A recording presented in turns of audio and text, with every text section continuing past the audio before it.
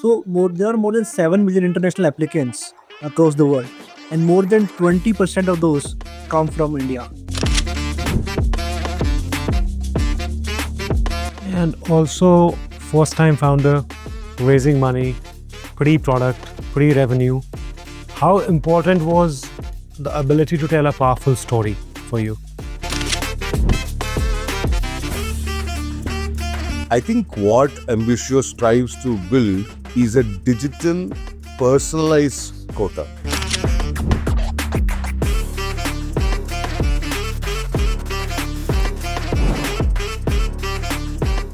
Good day, everybody. Welcome to another episode of Building in India.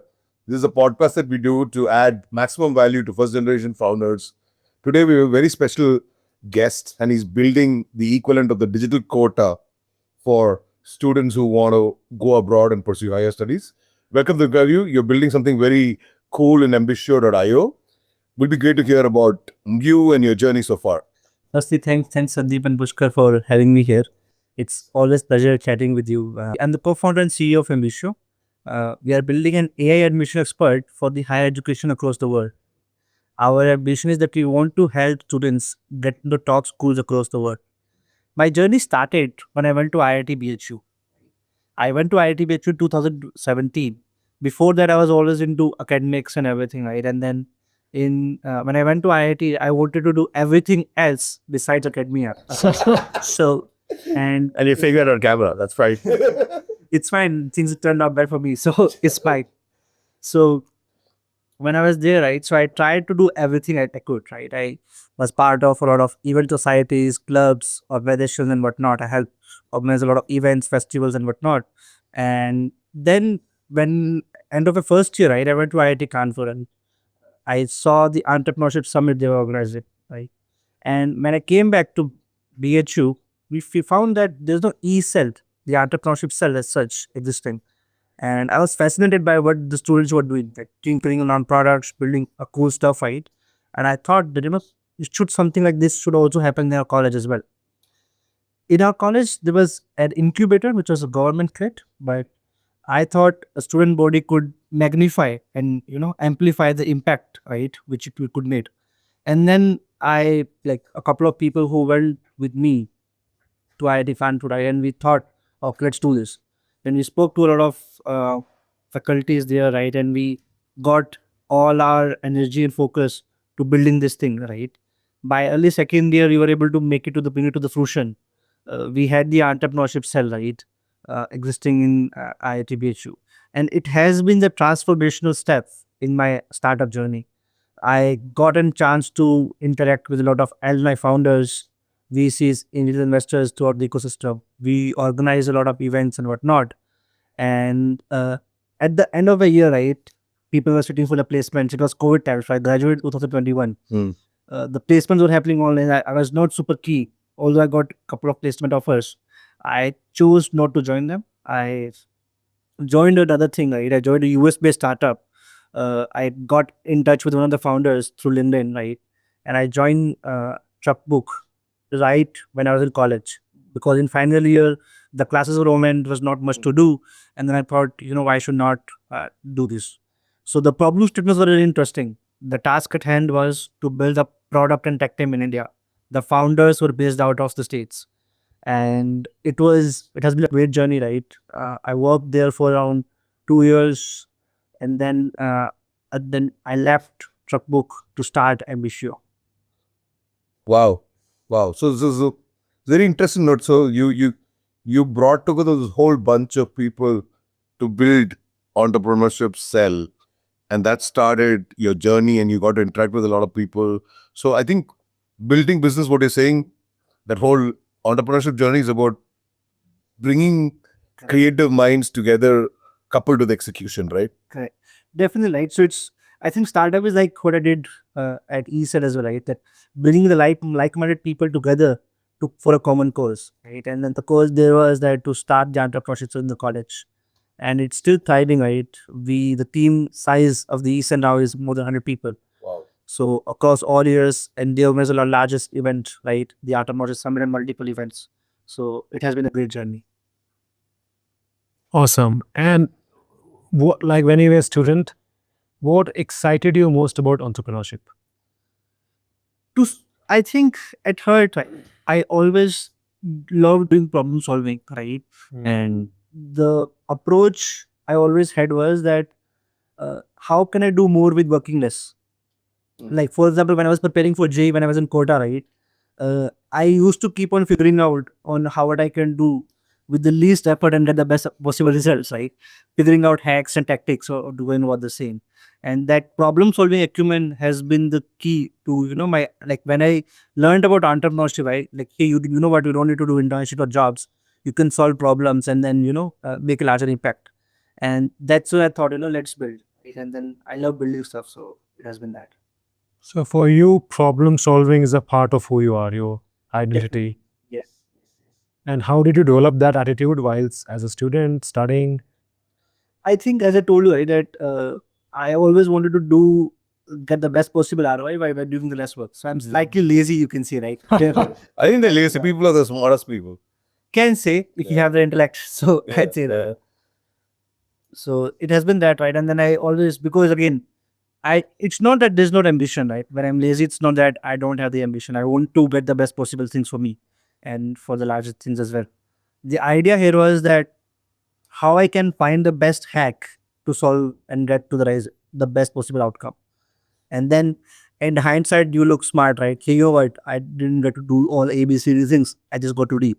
Right. So it's that. Interesting. Well, I used to have this problem in school when I used to have maths papers.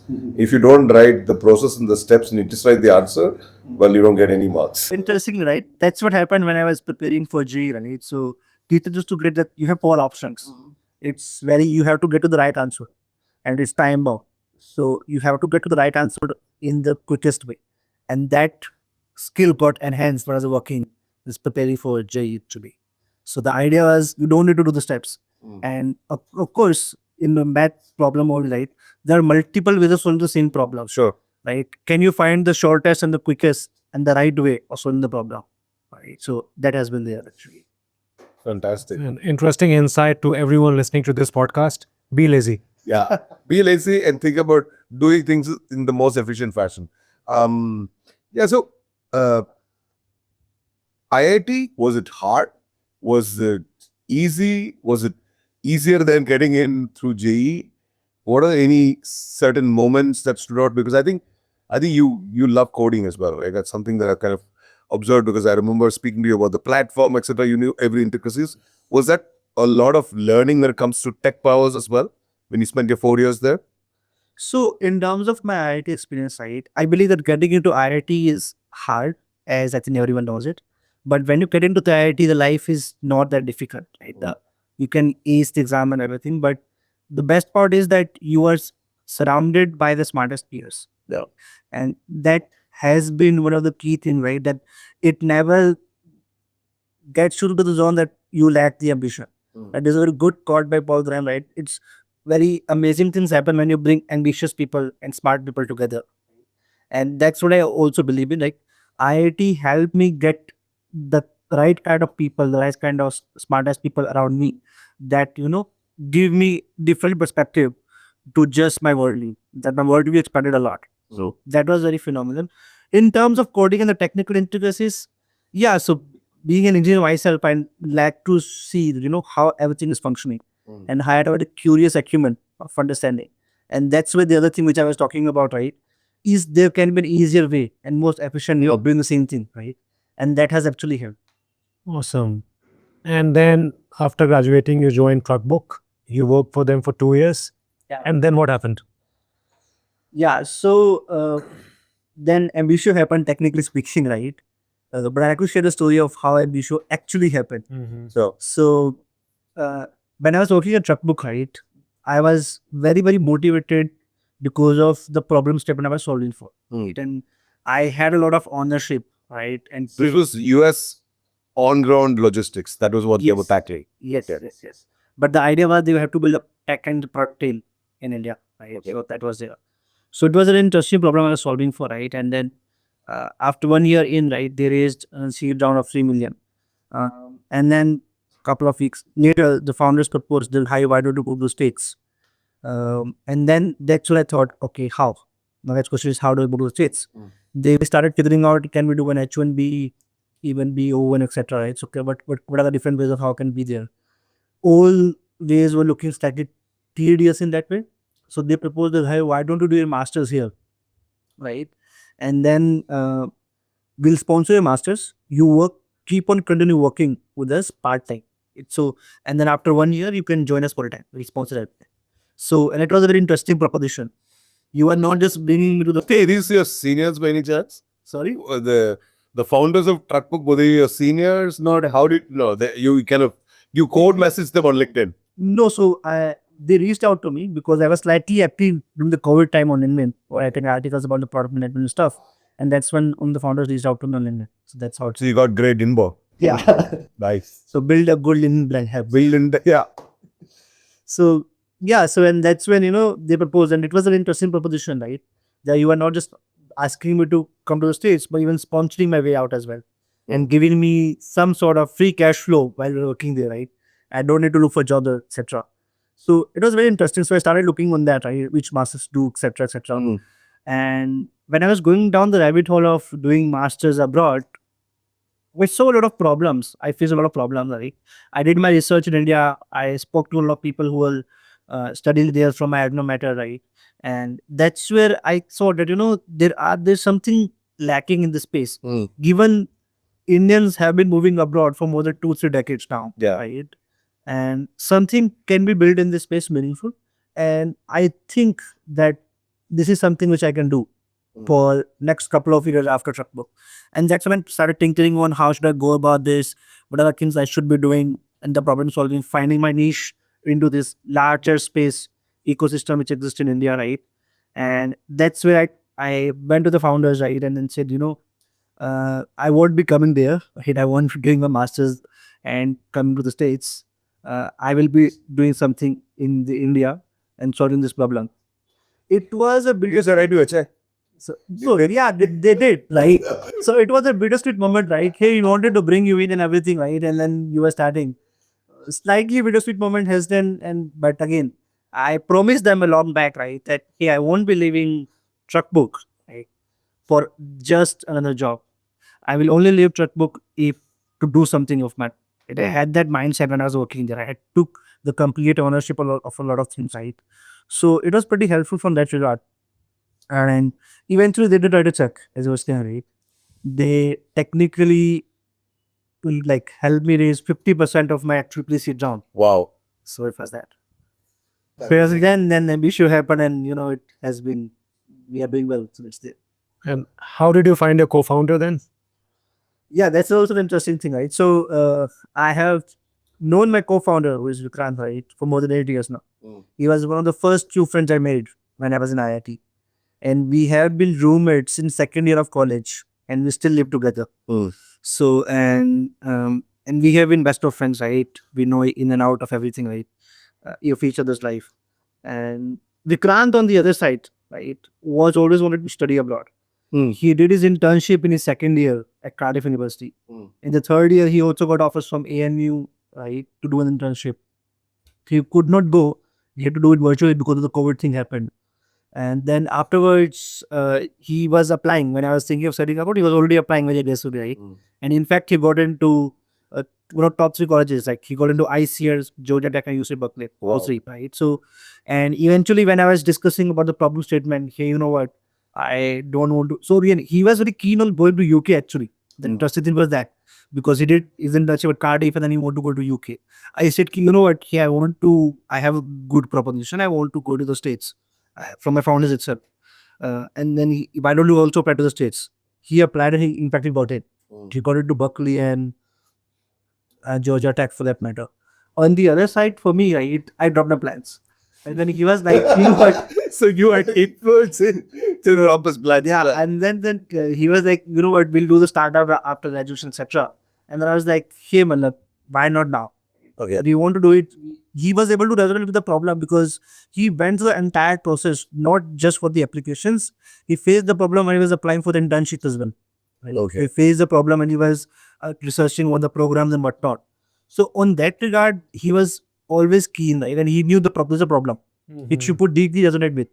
And that's what I was able to convince him, ki, okay, let go of the ICL offer, right? And then let's do something for yourself. Because he said to me, that, I'm going to ICL now. You're not going to the States. I am going to the ICL. And I was like, hey, let's leave the plan and let's do something. Yeah, so it's actually very interesting. I think we talked about it a lot, but founders being deeply empathetic about the problem and what they're trying to solve, and they have first-hand real-world experience that problem, that kind of sets them on a path to build a path-breaking company, right? I think that's probably your purpose. You wake up every day thinking that, how do I solve this?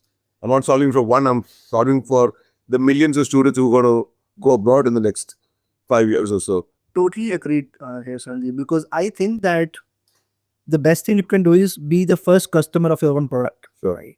And people keep on asking, right? Hey, how do I get users feedback and whatnot? If you're the user of your own product, right, you can deeply empathize with the problem, and then you can actually create a solution which works, right? A lot of people struggle that they are solving for the problem that nobody is even asking for, right? And if you are your user of the product, it deeply helps. Like, I was just reading in the morning, right, that there's a company called Cursor, which is technically a GPT wrapper, right? Oh, yeah.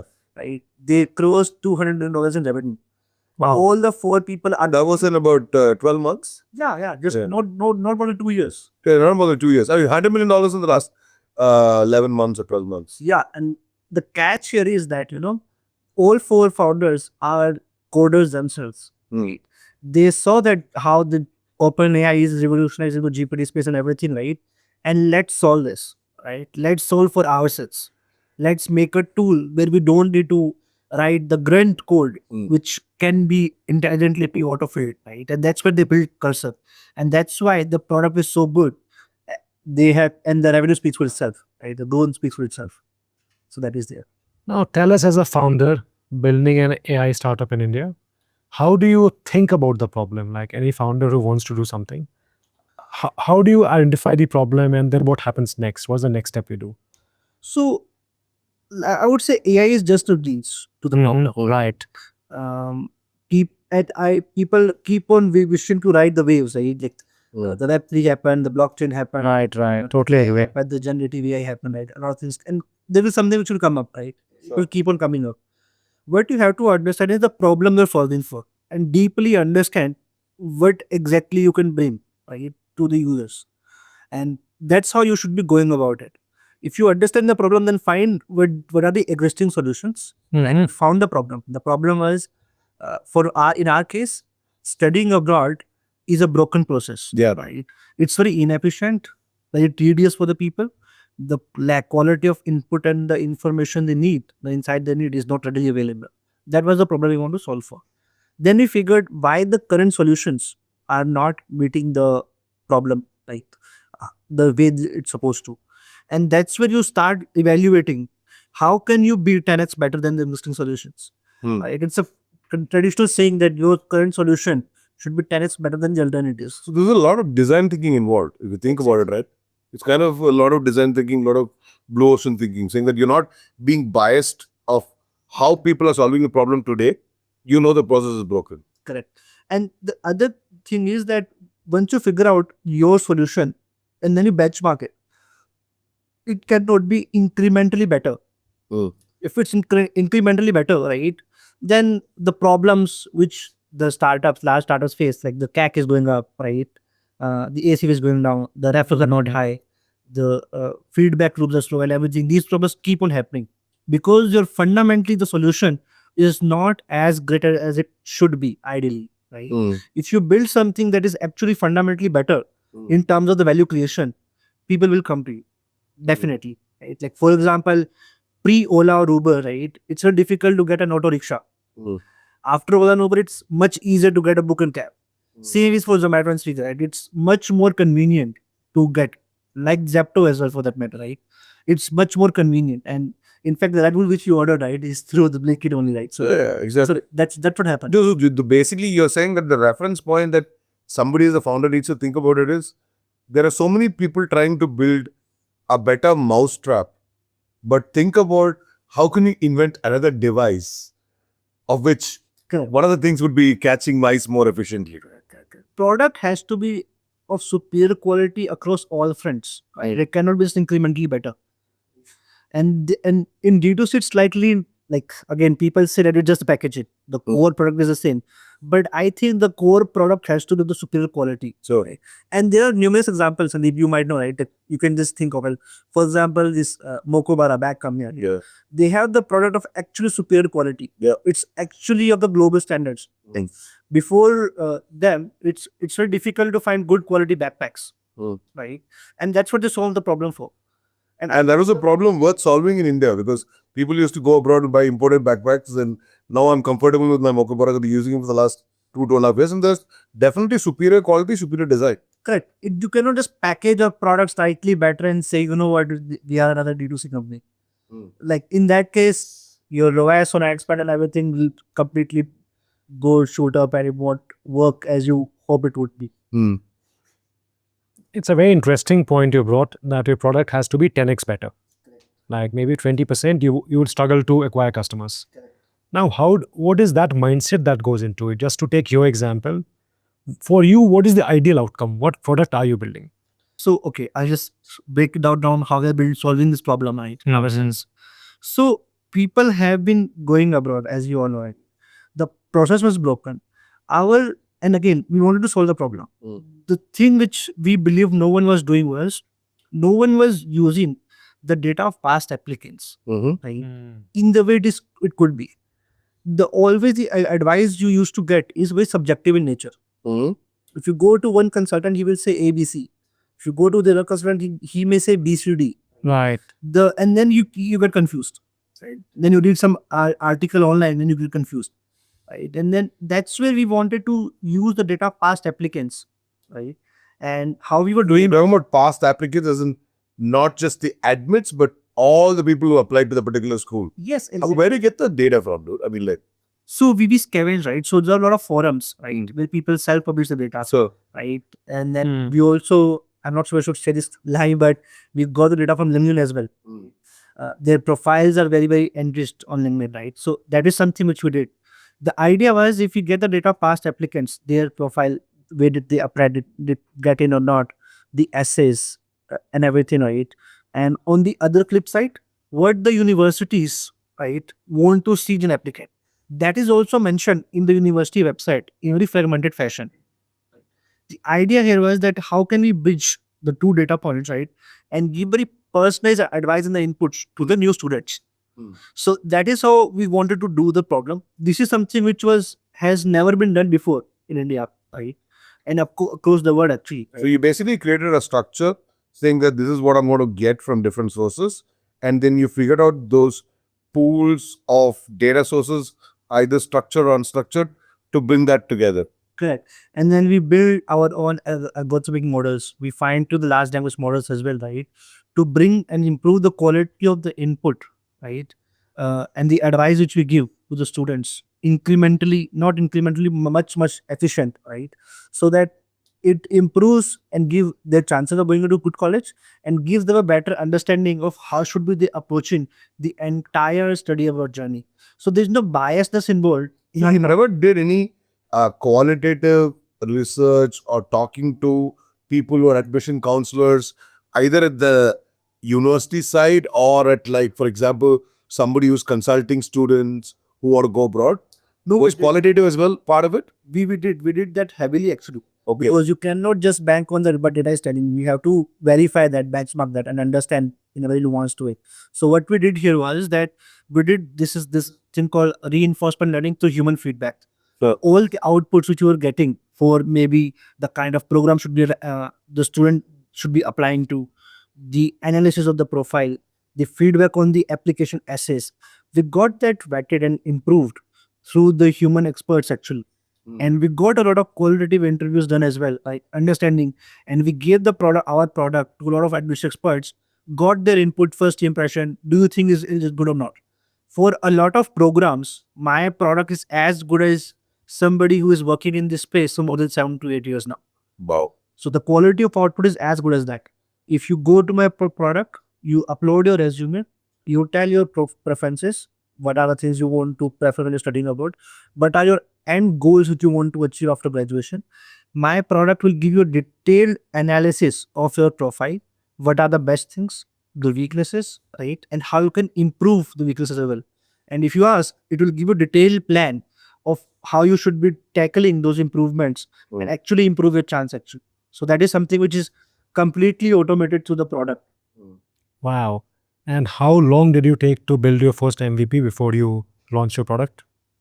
So how we did was we spent around 3 to 5 months, right? And the journey here, interestingly, is that the three parts in the admissions journey, right? So one is the exploration phase, right? That is the profile building, right? Where people and the students actually are figuring out, should I be going abroad? If yes, which country, which program? How should I be tackling that part? The second part is the right set of programs. Okay, I made up my mind, I need to go abroad. Right. What are the programs and the colleges I should be applied to? That the second big problem is there to understand. The third is the application you're submitting, right, to these colleges has to be actually top notch, that put you in the top percentile of the applicant pool, which that admission officer will be getting. So what we did here when we were launching the product, right, we solved for first two parts, the profile building exploration phase, and the second Basically, part, the discovery phase, and the making your profile the greatest. correct. So we Wow. also that, and we own the product. We saw good, referral, word of mouth on that, and we got a lot of quality feedback on this as well, right? And now the students have tool. If some agent is saying that that hey, you cannot go to this college, they have a very qualitative analysis and done that. This is why I can get into this college. So that is there. Interesting. One thing we also want to talk about is a lot of first-time founders. They don't know when to launch the MVP because your ideal product maybe has 100 features, and they keep on building it. They over-engineer. So how did you decide that hey, right now we are ready to ship the first product? Let's go to the market, get feedback. So so MVP stands for minimum viable product, right? I think MVP is one of the key things you can also see is minimum usable product. Is your product usable? What I mean by that is, if I use your product, can I get some value out of it? Right. And then if the value has to be actually good, right? And if the value is good, then you can say, okay, I'll improve the experience. Then it's much easier. Simple example, right? Maybe just take a quick example of delivery apps. What you can simply do here is that, okay, people who want to order food online, right? What we can do, we'll just serve just one type of food or one type of restaurant, right? And you can order them online. Let's see how the experience has been. You don't need all the types of restaurants, all places of the world. You can just pick small geography. It could be in Bangalore, it could be just maybe Koramangala. And maybe in Koramangala also could be small region where you see that people may need that kind of product. And then you just give them certain different restaurants from which they can order. And that is the minimum viable product. And you don't need to make an app for that. It can happen through WhatsApp as well. The WhatsApp. Right. The first thing is how many people actually want to order food from that part. If that is something happening, okay, the app is one thing. You can just build a good app. Adding more restaurants is not too difficult if the product works, right? And that's why you go out of the market, acquire more restaurants. Right. Then you expand from geography to more geographies, from Koramangala to HSR, Indranagar, then the whole of Bangalore, right? So that's how you scale. The core value which you think the product should provide, it should be there in your MUP, the minimum usable product. That is there. And then you look for signals technically. Right, of course. So I must admit that I made a probably mistake when I introduced you. The more you're talking about it, I think what Ambitio strives to build is a digital personalized quota. Yes. Because for quota, you sit in a classroom, you're in front of the best teachers, and you go through that. But Ambitio gets an aspiring student to go through the discovery process of where he needs to get into and how does he maximize his chances. And it's a very personalized experience that's subjective to the data that you provide Correct. and the insights the platform gets. Because admissions journey is very, very personalized. For example, maybe you are going abroad and your preference could be, hey, I want to maybe study in the West Coast and I want to start out both wholesome and expensive, but yeah. And it could be that, you come from money and then you can say that, hey, I want to do a startup and I be there. Right? So it could be just that. Yeah. My preference could be, I want to go to the States. Yeah. I don't have a preference for a region, right? But I want the best ROI and I cannot afford too much, right? So, and it's very subjective. The profile is very subjective, the preferences are very subjective, the goals are very subjective.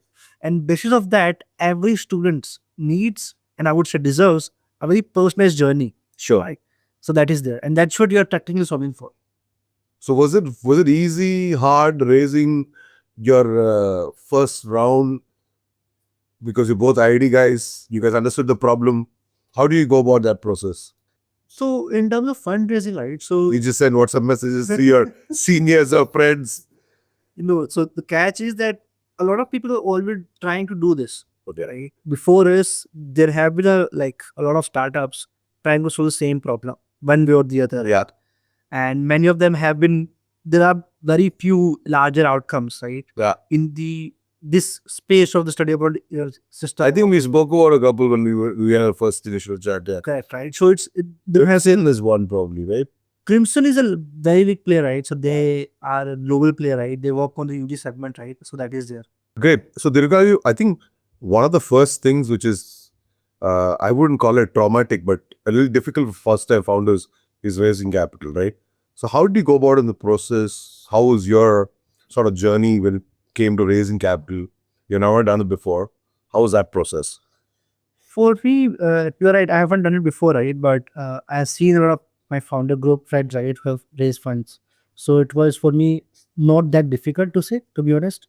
When I shared that I will be discontinuing working at TruckBook and I want to start something of my own, the founders of TruckBook themselves, committed to they will invest, right?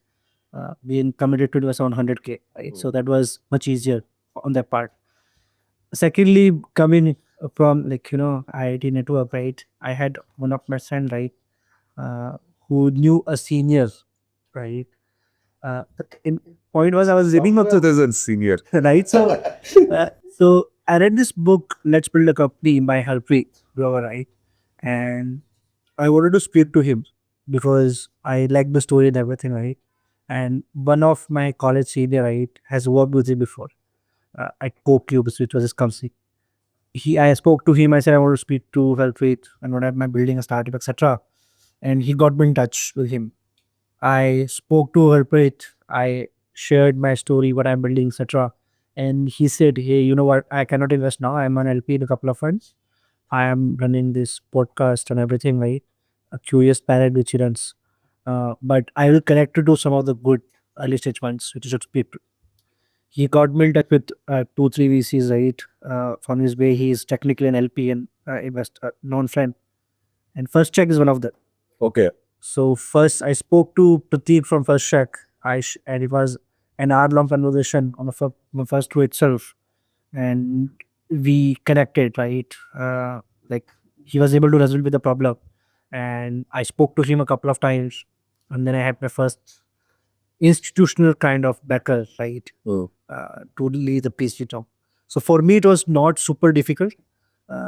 They invested, then a couple of seniors from my college also invested in Ambitio, then the founders of TruckBook also invested in the company.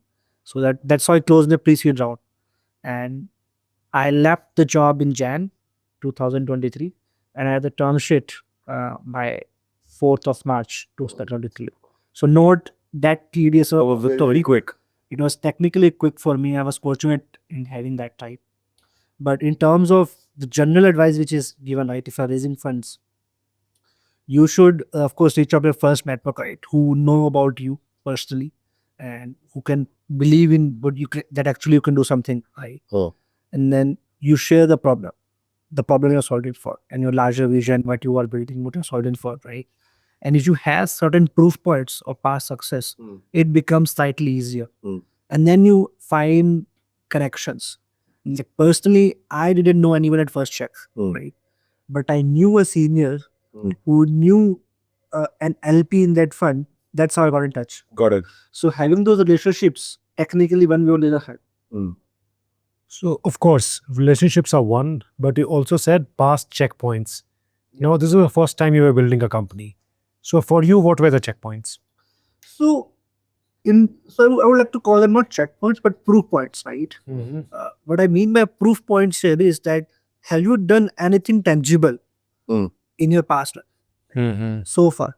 It doesn't have to be building a startup, because a lot of larger companies which we see around us, like which we use, were also first time founders. We use Google for search, it's first time founder.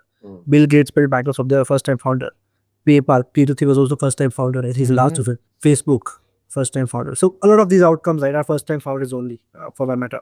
The catch is they have had certain things which they have done in the past. For me, in some ways, as the people say that, okay, you are from IIT, the Zil fund is easier. They don't understand why it is easy. It's not just because of the network. It's because when you look at a student who has gone through IIT, right? You just look at the IIT degree. But the catch is what people see here is that this person has slogged for more than 2 years tracking an exam, like with perseverance, hard work, dedication, right? And he's smart enough to work around it. And he had one success. Slightly easy also to get in. In your case, right? Yeah, but yeah. Yeah, so and that is a proof point for you, right? If you are a national champion in some sports, it's also a proof point that you had that perseverance, hard work, dedication, that you worked, right? And then you are a national champion in some sports, right? And it could be anything. It could be some strong reference from your ex-boss. Right? It goes a long way. That people who work with you, what do they say about it? Even if you hire someone, right, you'll like to do some ref checks. That's how it works. The proof points could be anything, but it has to be meaningful. That gives comfort, right, for VCs to underwrite that, okay, you're a first time founder, but you've done this, and you have some sort of clarity of thought on what you're building. You know what you're doing, right? And you are also taking a sort of an opportunity cost to building this meaningful startup. Maybe I would have to take a bet on. So it was that. So, and I think, didn't your experience of working in a startup in like a pivotal role in product and growth help you as well to some extent, that you had deep conviction that there is a certain method to the madness when it comes to building a startup, and you've been in that environment before, and there's validation that those same founders believed in you to give you a check? I believe yes. I believe yes. So, if your ex-boss, technically speaking, or if your the ex-colleagues are writing you a check, it's not a small check, large number, right? So, I'll be very honest. Like, if I invest 1 to 5 lakhs in a startup, it doesn't say anything. But them putting in a large check, which is a meaningful for them also, shows a strong conviction. Sure. Conviction in the abilities of the founder. Right? It goes a long way. Like if you can get, not friends. So friends can take a bet on you, okay, because I like you as a person. Family can take a bet on you because, okay, you are the family member, son, kid, friend, right, cousin, etc. But people who you have worked with professionally in a professional setup, they're taking a bet on you is much more stronger, right, signal to the other people who want to invest. So that is there. So I think that becomes more and more critical when you're looking at it. And also, first time founder, raising money, pre-product, pre-revenue. How important was the ability to tell a powerful story for you? Very, very significant. If I were to say a short answer, would be very, very significant, right? The catch is you need to paint a vision, and you need to paint a vision. Okay, this is what I have done so far. This is what I have learned recently, and this is how I see the trends to be, right? And that's how other people are doing it, and this is why they are wrong, right? On understanding this problem, and a meaningful output and outcome can be built, right, if I do this. And I have a very larger conviction, a strong conviction that I'll get it done. And I'll do it, you have to say, not with arrogance but confidence, that I'll do it with or without you, Yes. right? And I'm going to do this, right? And I have done my homework. So if you speak to a venture capital investor, right, and he knows more about the space than you, then you haven't done your homework. You need to have that depth of insight, right? The quality, understanding of his market space. If a new investor comes, right, it's not his full-time job to invest in that space, build that company. But if he knows more than you, right? He knows certain companies have done that in the past and have not been successful, and you have no answer to that, then you haven't done your homework. So I would say when you speak to an investor, right, you have to do your homework. And it's fine a lot of times you don't know things. But then you also take that with a very positive attitude, right? That, you know what, I may not know ABC things, but I'll learn it and get it done. I have that positive outlook to solving these things. So painting that vision and sharing your story, right, and how you want to do this, why is also plays a largely important role, right? And communicating that in a very articulate fashion helps a lot. Yeah. So Because you at that point in time you just don't have anything else to show for. Yeah. It's just you and your story. So basically, whatever you said right now, if we were to break it down, it's a lot of research, understanding the problem, going deep into the problem. It's certain amount of contrarian thinking, because there are already people who are trying to crack the problem, and you have a contrarian viewpoint and hypothesis. And the third part is, hey, I can get it done. So which means it boils down to execution, and you have data points to prove that personally, professionally, you are an executor. Exactly, right. So it's just a good any startup outcome you see, like, right, it does small insight in the large execution. Small insight, large execution. Insight, why I'm saying it's small is because many people have observed it and they overlooked it, or other people who saw it but said it's not meaningful enough. The insight is small, but the execution part is plays and turn into good output, right? Because I'll be very honest here, right? When I spoke about my idea to a lot of people who are studying abroad, right? 50% of them, more than 50%, I would say, said that, you know what, I also thought of solving this problem. But like it's not that important or meaningful They enough. didn't act on it. They did act on it, right? So the execution part, the critical thing here. And like you said, a lot of investors want to know that, hey, why you are the best person to solve it. Yeah. And for a second-time founder, there's a track record that, hey, I have solved problems. For a first-time founder, you have to show those data points, like you said, the proof points that I cracked IIT, I started entrepreneurship cell. That is very important for a first-time founder to weave into your story. Again, if anyone comes who hasn't done their homework, there's no logical backing, right? Okay, why would I back now? So, and then there's no rational. So again, he doesn't know much about the space as well, right? You know better than him, okay? And then he is missing some fundamental flaws in this thinking, right? And then no one will back you. I'm very honest. Like, I'll say a very simple example, right? Would you hire that person, right? And if the first thing is just an interview, right? Would you hire that person? And if you hire a person, how much you're willing to put at stake just to work with that person, right? Being as a founder and the CEO here, right, I have interviewed hundreds of people. And there are certain times when you see some people that, you know what, hey, you know what, I want to have him with the team. And I, by hook or the crook, by giving him whatever the compensation he needs, etc., I would like to be what the Salesmanship. So that is the right. And you also come across certain people, right? And you want to work with them because of the drive, the energy, the passion they come with, right? So if you're not passionate about the problem you're solving, right, and you don't know what the market, you don't know proof points, etc., so very difficult to back you definitely.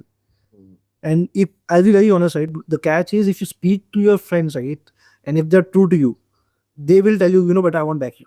Logically, I won't back you, but you're saying I'll just give you my money, but I won't back you. So that's what I think you have to go about this when you are, doing and pitching to your investors. Interesting. I'm also glad, like you touched upon hiring, that treating fundraising as an interview. So for you, how, as a first-time founder in India, how difficult is to hire smart people? Like, what vision do you show them? You're also not someone who has like 20 years of experience. You are a young kid, young lad. So how do you convince them that, hey, I am building something super interesting? Yeah. Join me. Right. I would say if somebody asks me, hey, is the fundraising the most difficult thing, right? To build a startup, I would say no. Building the right team and hiring is the most difficult part, right? As much as I've seen in my journey, a lot of startups fail and succeed because of having the right team in place, right? And I'll be very honest, before TruckBook, I used to think, okay, hiring is not very difficult. The reason for that was maybe because I was part of course, society, network and everything. I used to see a lot of smart peers surrounded by me. Like, a lot of people, intelligent, bright folks, right? Well, I see them, right? And then it's not difficult to hire people. I very, very undermined that problem statement. But when I was working on TruckBook, right, because that was also a new startup, right, in India, right? We were doing recently within the States, but not in India. So the hiring problem was very, very massive. And when I was starting Ambitio, I figured that, building the right team is going to be more critical here, right? And that is what I wanted to get it right. Because if you don't get the first few hires right, you don't get the things that you want to have. You won't get leverage. You don't get leverage. You don't get Break. You don't get the you won't get your product right. Sure. You won't get your marketing right. You won't get your sales right, for that matter, right? If the first few members are not good, and if the members are not good, they won't enable you to attract good people as well. Brilliant. So this was perfect. Thank you so much for taking the time out. And I think the nuggets of wisdom you shared from your very personalized personal journey, just like Ambitio, would definitely add a lot of value to our audience. Well, thank you so much, Sandeep and Pushkar, for Thank you. It was amazing. love chatting and sharing my journey and experiences with you. Thank you and all the best to you and Ambitio. We are sitting in an amazing space. We are much indebted to Beehive for this location. Thank you all. See you next time.